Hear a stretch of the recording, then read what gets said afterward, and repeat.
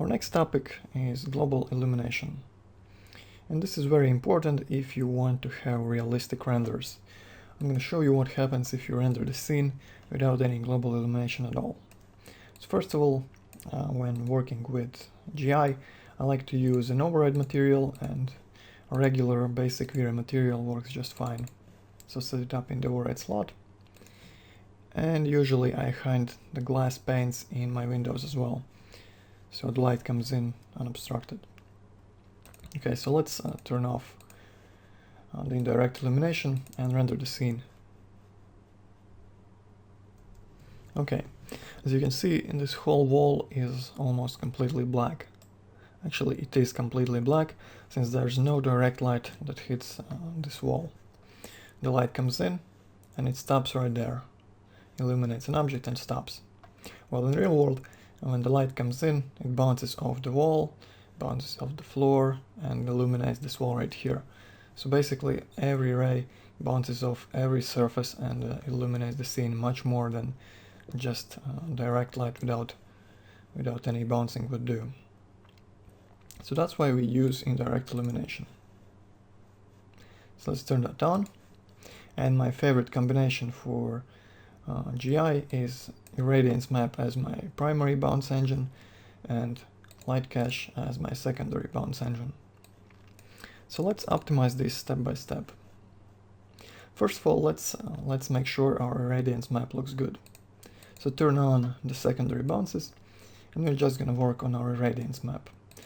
First of all, I'm going to set it to very low preset and reduce the interpolation samples to 1. And this should give you a good idea of how the Irradiance Map looks. You can see there's quite a bit of contrast between the samples. And there's really not enough samples in areas where there's a lot of small detail.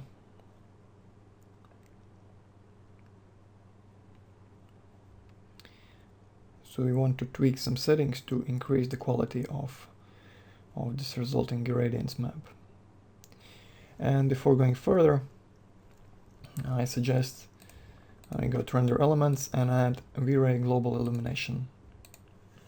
And this is just going to allow us to see the effect the global illumination has on our scene better without any direct lighting. Okay, so the subuse value is kind of low. I want to bump that up to 150. And what this should do, it should cast more samples into our scene and even out the contrast between the resulting patches a bit. And you can see it's already a bit better, a bit smoother.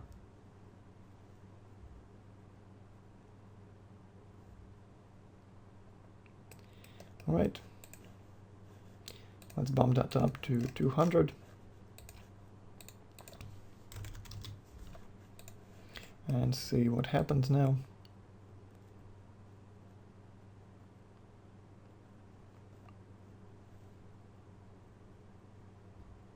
Okay, that's fine. So the Irradiance Map is pretty adaptive if it's used with the multipass option enabled. And what it does, it runs through the whole image multiple times, each time focusing more on some details. For example, if you have more small details around the corners, around furniture, you're going to cast more samples only in those areas and calculate that. But with these default settings for the very low preset, it just goes through -4 and -3, so the samples are pretty large, and it only refines it once.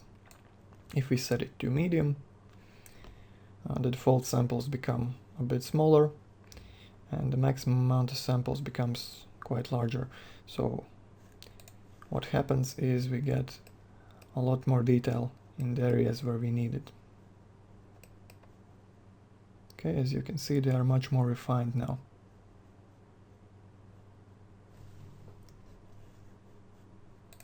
I'm just going to render the whole image. As you can see, it skips ahead in those areas where there are large flat surfaces. So there's not much detail for the GI to calculate, it sort of jumps over it.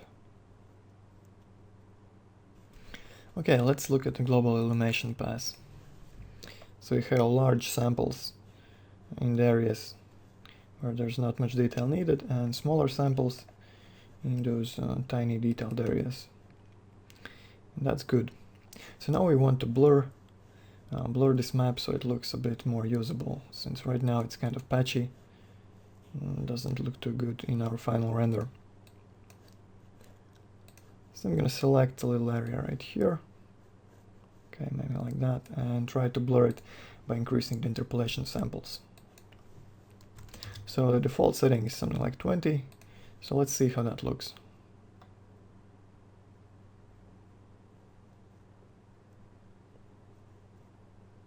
That's already much better. But if you zoom in, you can see some patchiness in some areas. If I render the whole scene, you should see it a lot more.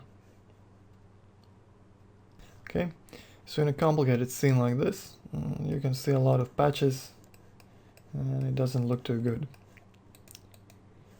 In the final render it looks a bit better, but still it's kind of visible in some areas.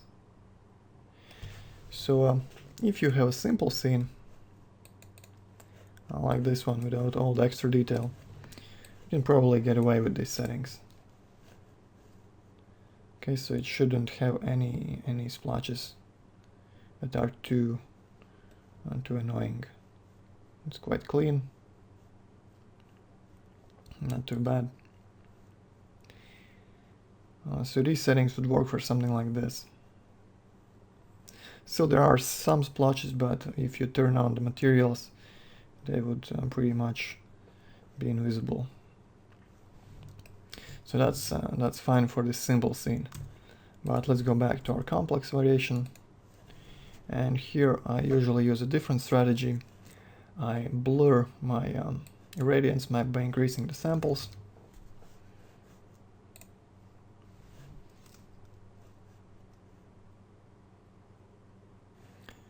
Okay, so that's blurred now, and okay, it doesn't look too bad. And I bring in back some of the detail lost by blurring, by using detail enhancement option. So just turn that on, and with the default settings it should give you more detail in these areas here. And you can sort of see these corners are a bit better now. Let's render this area right here. Should be more visible here.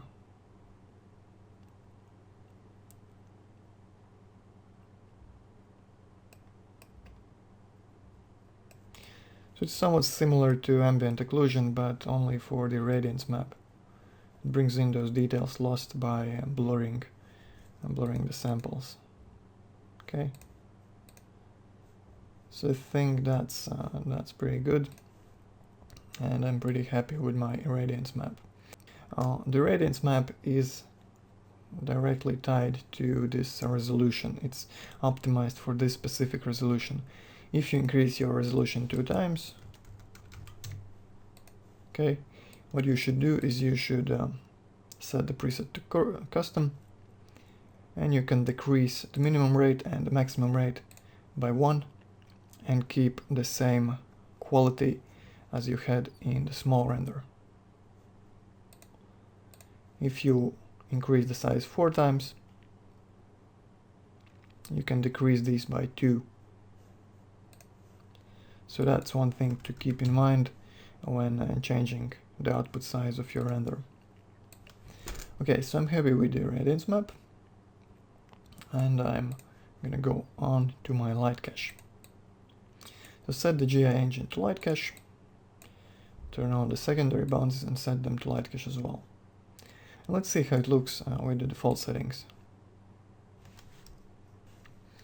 So here's the result. Looks kinda nasty, some blobs, some splotches. And what I usually do is I heavily pre-filter the light cache. Since it's used only for the secondary bounces, it's not really that important to have much detail in the light cache. So turn on pre-filter and bump it up to 150 or so. And if you also use the light cache for glossy rays to speed up your renders, it's a good idea to turn on the retrace threshold. It fixes some pixelated reflections and light leaks and stuff like that. So keep that on if you use it for glossy rays. Let's re-render and see what changed. So as you can see, everything is much smoother now. There's still some weird areas right here. And what I want to try is I want to decrease my sample size a bit and increase the blur to 200. Maybe bump up the subdues as well. And increasing subdues should give us a smoother results, just like increasing subdues for the irradiance map did. Okay, and that's much better. Almost no glitches. Okay. So I think these settings will work just fine. So let's set everything in order. So the primary bounce engine should be irradiance map and leave the secondary bounces to a light cache. And let's try and see how our final render looks.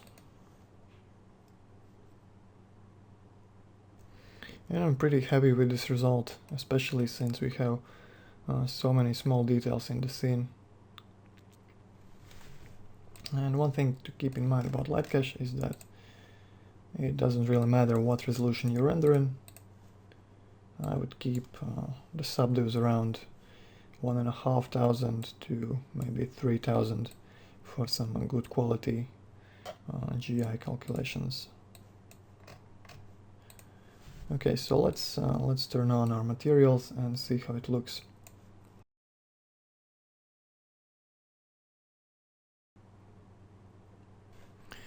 And here's our result. I think this looks pretty good. The GI is very nice and smooth, we don't have any glitches anywhere, even though the detail is quite small on the wall and on the ceiling. The result looks pretty good. If you look at the GI pass, you can see some areas that could maybe be a bit more accurate, maybe some tiny splotching over here, or maybe near these sunlit spots, but in the final render, in the beauty pass, this is not noticeable and looks very good. Okay, so this is the basic setup for a simple scene like daylight. But here's another example, this time using night. And I'm gonna render and you're gonna see how it looks without any GI at all. So in this scene, most of the light comes from these two pendant lamps right here. The light comes out and the walls and ceiling should be lit by the global illumination. Right now they just have some weak blue light coming in from the window. So if we turn on the GI, and let's start with the irradiance map and use the same settings as we did for our previous daylight example. Okay, I think it was something like this. And let's add an overhead material and see what this gives us. Okay, as you can see, the result is completely unusable, and this is the GI pass. And you can see that the samples are very patchy, and the result is just ugly. And in this situation, I would actually reduce my preset to very low. Okay, and that should make all these samples even larger. Okay, it's sort of smoother now, but still there's not much detail, and there's still some blobs. And I would increase my interpolation sample to about 100.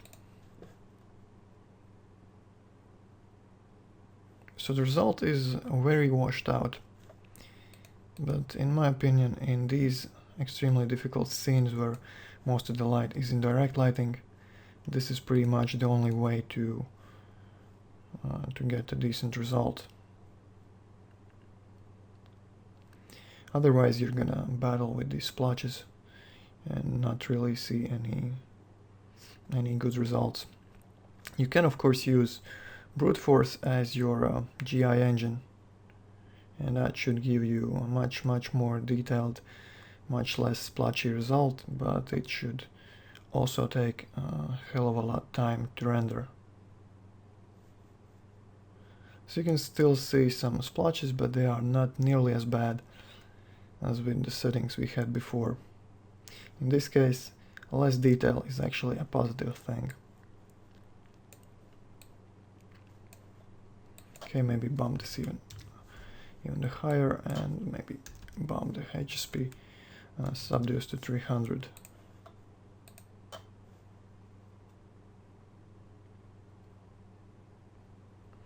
The result is not very accurate, but at least it's not very obvious. It doesn't have any obvious glitches. And for production renders, this is more important than getting extremely accurate details in the shadows. Okay, so that's the irradiance map. Let's try out the light cache to see how that looks. And basically I'm just going to start with 2000 subdivs.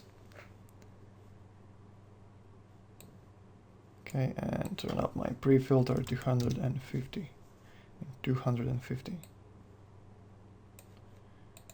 Turn on glossy rays and retrace. And let's see how that looks.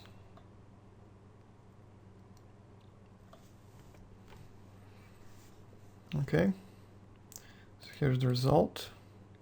Let's look at the GI pass. It's kind of patchy. You can also turn up the regular filter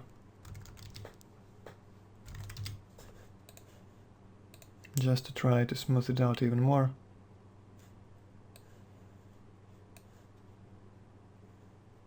Right, and I think that's better. So let's leave the settings as they are and change our primary bounces to irradiance map. So looks like we managed to get rid of most of the splotches. At least they're not very noticeable now. And our beauty pass looks okay as well. Obviously this GI is quite blurred out and looks a bit soapy, but thankfully the irradiance map detail enhancement takes care of that. And we have at least some detail in those corners. Additionally, you can render out an ambient occlusion map and use that in post-processing step to add some more detail to those tiny areas. And if you want higher quality GI for a scene like this, the only other choice you have is using brute force as your primary GI engine. And this will come with a huge render time, but the result should be much more accurate.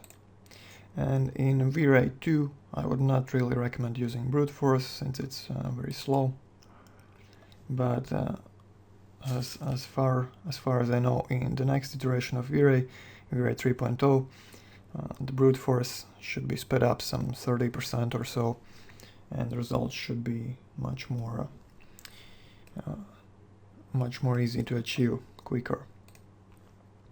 So I'm just going to re-render this small area right here to see if there's a difference between irradiance map and brute force. And obviously there should be, but we're just gonna see how much of a difference. Okay, and you can see some light we are losing with the irradiance map right here. Maybe these shadows are not as accurate as well, but is it really gonna be that noticeable in the final render with all the materials on? Well, I don't really think so. So if you're doing a personal project, sure, you go ahead and use brute force, but for production, you probably want to stick with the irradiance and light cache setup for maximum speed. Right, I'm going to turn on the materials now.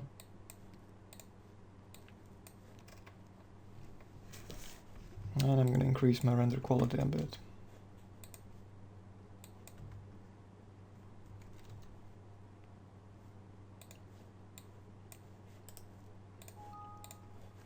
And let's see how it looks with the materials.